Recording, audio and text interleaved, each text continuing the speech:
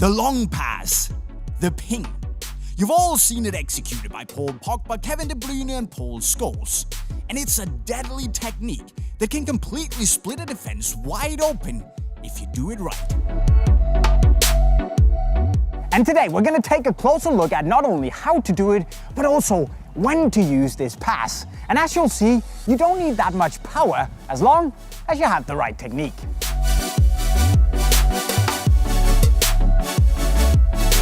But looking at the pros here, it seems so effortless. But once you get the hang of the right technique, which we're going to look at in a little bit, it's going to be easier for you too. Now what we can see here is that a good crossfield pass has some backspin and a good amount of pace to it. And depending on the target, it should also go just above the heads of the defenders, of course, in order for no one to be able to intercept the ball, but also to get the most direct trajectory going to the target that you intend. And if there is a bit of space around you and the player you're trying to hit, you can also try and go for the low pass that just kind of skims the top of the pitch. But that is pretty high risk, so you should really consider when you're going to use this. But what I can also gather from watching the really big guns here is when to do the pass. Because typically, these guys do it to switch the play to the opposite flank when the opposition is crowding one side of the pitch and your teammate has acres of space on the opposite side. And to make sure that you can actually do the pass and it can, well, succeed, these guys always look up and make sure to orient themselves and see that the guy actually has space to run into, that the pass is safe to make. Because if it isn't, sometimes they just don't make the pass if it's too high risk. So that's the key. Should you do it or should you wait?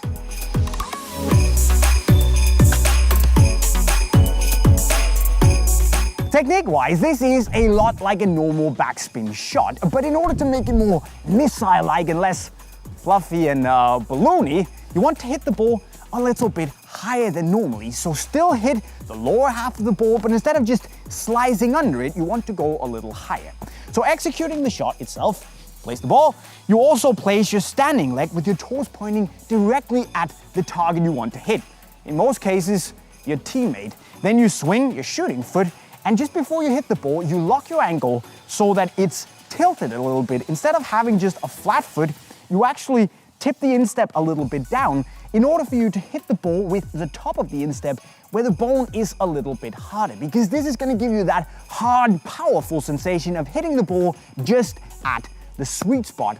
And as I said, hit the ball a little bit higher up, don't slice under it. And the second after your foot has left the ball, or the ball has left the foot actually, you stop your foot to get that really short follow through, because this is going to help you get that sweet, powerful backspin. So those are the basics, but what can also help you is your body positioning that can make things a whole lot easier. Now, if the situation allows me in a match, I usually try to approach the ball from approximately a 45-degree angle. Then, when I place my standing foot, I usually bend down in my knee a little bit because it's going to make it more flexible and thus a little bit more stable, so I can wiggle around a little bit and still feel comfortable enough to put a lot of power transferring from my foot to the ball. I also really try to keep my upper body upright and straight no matter how angled my legs might be, because this is going to avoid any unnecessary swerve. Because spin and curve is the enemy here. If you hit the ball too much on the side, it's gonna swerve and it's gonna be really difficult to read for the receiver. Plus also, you won't get that straight missile-like trajectory that you really want to have. So go and force yourself to practice hitting the ball clean and straight right in the middle to avoid all this curving nonsense. And if the ball rolls unnaturally in a match, that can happen, force yourself to either take a touch and set yourself better up, or just simply go for a safe pass and wait until the next opportunity arises. Take off.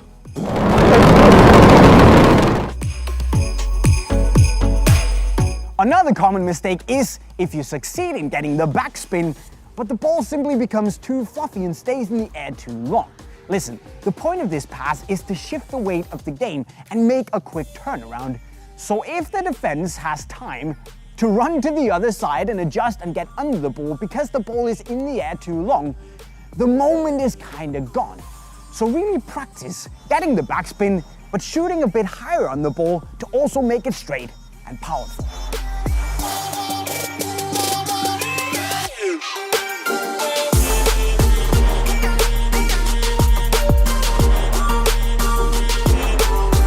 And to do that, you want to start with the basic, which is getting the backspin without adding any unwanted spin on it.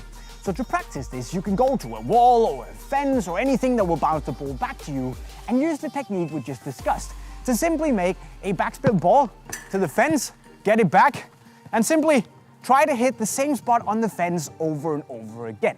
Start close to make sure you're comfortable and then move further and further away when you feel you're gonna master it. And when you feel completely comfortable getting the backspin with no swerve, you can start hitting the ball a little higher and add some power to it. And if you feel really good, you can go for the advanced plus deluxe version, go to the pitch, bring a friend, and then start pinging passes to each other while you're making runs. Pogba, go home, man. So there you have it, my friends, the secret to performing that dangerous, deadly long cross-field pass. But if you have any questions or just suggestions as to what I should do next, hit me up in the comment section right down below. Also, if you have the hots for the black gold beauties, aka the Nike Black Looks pack that I won in this video, you can go and cop them right now at unisportstore.com if you click right over there. Also, don't forget to click the subscribe and the bell notification button to get notified every time we upload a video. And finally, go learn how to take the perfect corner kick by clicking right down there. With that said, guys, I'm signing off. Cheerio.